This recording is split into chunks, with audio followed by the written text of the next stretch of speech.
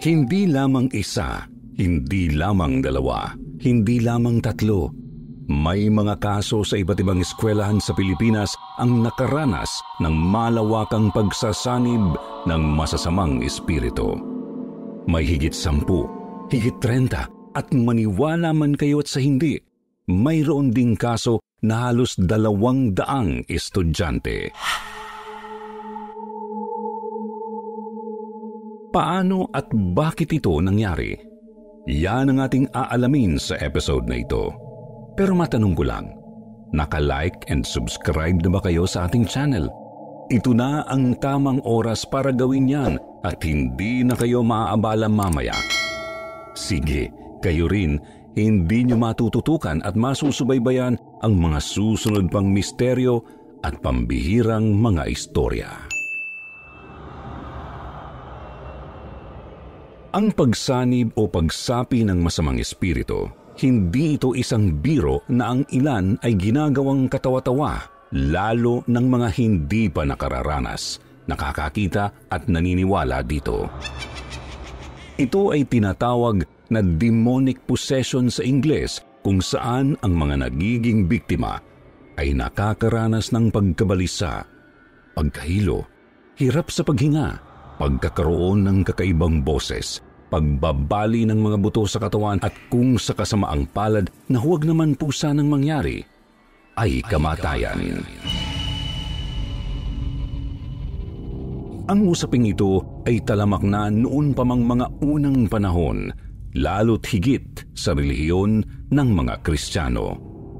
Marahil ay napapanood mo na rin sa mga palabas ang itsura ng mga taong sinasaniban at ilan pa nga rito ay brutal. Mayroon din namang mga social media influencers ang ginagawa itong content at ang ilan ring albularyo ay kumikita sa ganitong paraan. Ginagamot kasi nila ang mga nasasaniban sa pamamagitan ng mga herbal na gamot, mga makalumang dasal at ritual na para sa iba ay effective. Sa mga pari naman, gumagamit sila ng Biblia, holy water at mga aral ng Diyos para tuluyang mapaalis ang masasamang espiritu sa katawan ng sinasapian. Pero paano kung hindi lamang isa ang sinapian at mangyari na sabay-sabay sinapian ang higit sa 10 katao? Paano na ngayon ito mariresolba at tunay nga ba na may mga pangyayaring ganito? O hala, maglakbay muna tayo papunta sa Bohol kung saan nababalita naman ngayon dahil sa kaliwat kanan di o manong kaso ng mga sinasapian. Hindi lamang palalindol, bagyo o baha ang mararamdaman ng mga Boholanos. Tila ba minalas rin sila lalo na ngayong baka nga may umaali-aligid na masasamang espiritu sa mga bayan dito. Partikular sa bayan ng Luway sa Hinawanan National High School, 13 araw ng Oktubre nito lamang taong ito. Meron raw sinanibang kulang-kulang sa 14 na mag-aaral. Ito ay ayon sa report ng Police Staff Sergeant ng Luway Police Station doon na si Ronald Curan. Kita mo na mga katakips, pati mga pulis ay hindi makapaniwala sa nangyaring trahedya. Sa isang classroom sa paaralan ay bigla na lamang umunong nagsisigaw ang ilan sa mga estudyante na dahilan kung bakit nabahala ang iba pa nilang mga kaklase at mga guro. Wala rin namang pinanonood na nakakatakot ng mga oras na yun at lalong wala ring event o activity na maaaring nag-a-acting lamang sila.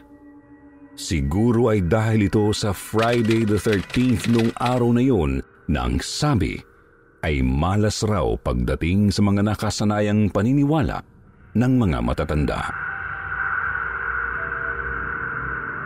Kung gayon ay isa itong malaking coincidence o baka naman ay nakatadhana talaga dahil malalakas ang mga masasamang espiritu sa mga oras na ito.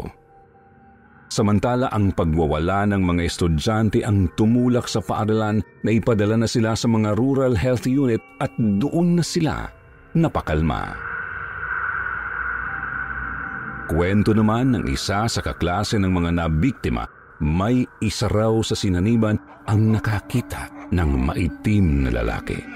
At baka nga ito ay ang kaluluwa o demonyo na naglalaro sa kanila. Dahil dito nagsagawa na rin ang pagbabasbas at pagmimisa sa paaralan para rin maibsan na ang mga takot ng iba pa nitong mag-aaral.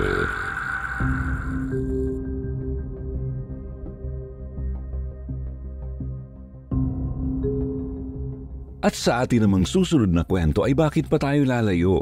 Bumiyahe lang tayo ng konti patungong Talibon, Bohol sa San Jose National High School na hindi naman malapit sa 10 ang sinapian. Pero hulaan nyo, lower o higher?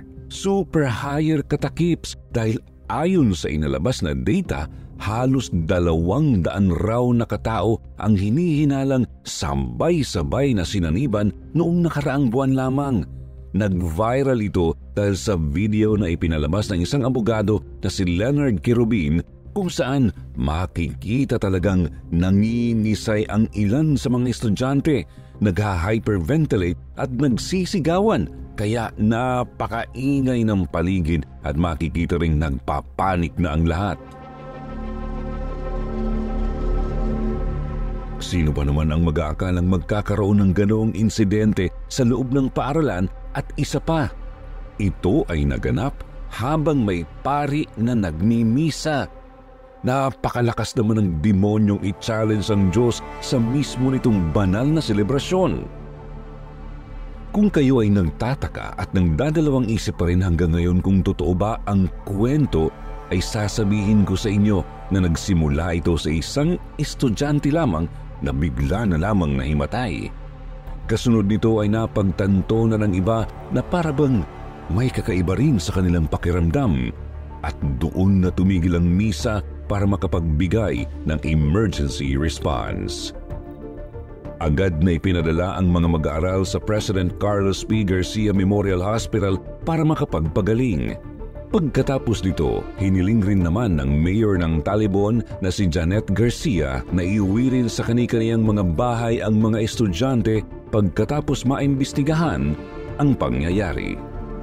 Para sa abogadong kumuha ng video, ito raw ay tinatawag na mass hysteria, kung saan nga ay malawakan o maramihan ang nakaranas ng pagkahilo, pagkabalisa at iba pang sintomas ng sabay-sabay. Para naman sa mga lokal roon, kagagawan daw talaga ito ng demonyo na baka nga nagmula sa isang puno ng balete sa paaralan.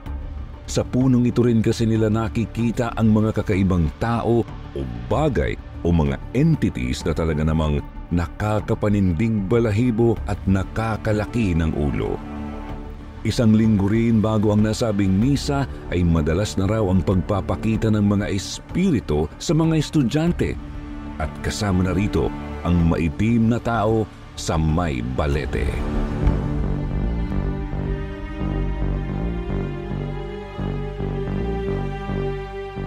Ang huli naman nating kwento ay noon pang 2016 kung saan humigit kumulang 30 katao ang sabay-sabay ring sinaniban ng masasamang espiritu sa Initaw National Comprehensive High School sa North Cotabato. Ang mga kaluluwa o demonyo naman na ito ay nagmula pa raw noong 1957 kung kailan unang itinayo ang paaralan na dati pala ay isang simenteryo.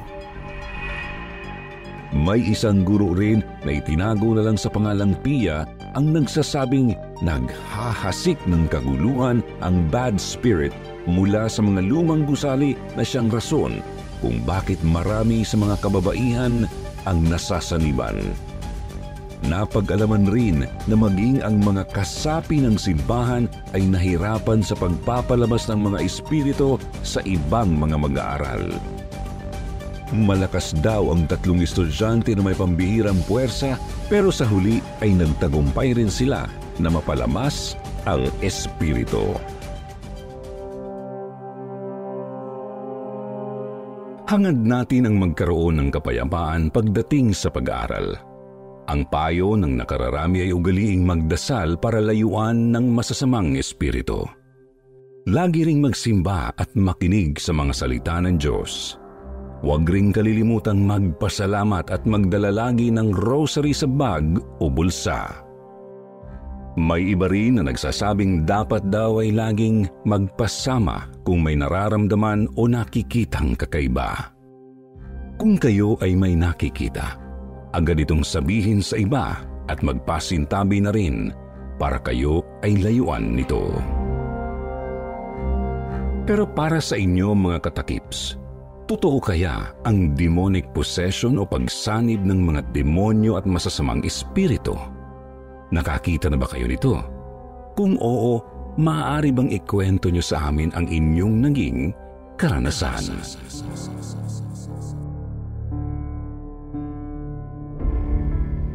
O siya, hanggang dito na lamang muna at gabi na rin sa oras ko. Ang kwentong ito ay tunay na nagpatindig ng balahibo sa akin at siguro ay sa inyo rin. Salamat sa pagsubaybay mga katakips at abang-abang lamang tayo sa aming mga uploads dito sa Takip Silim True Mystery Stories.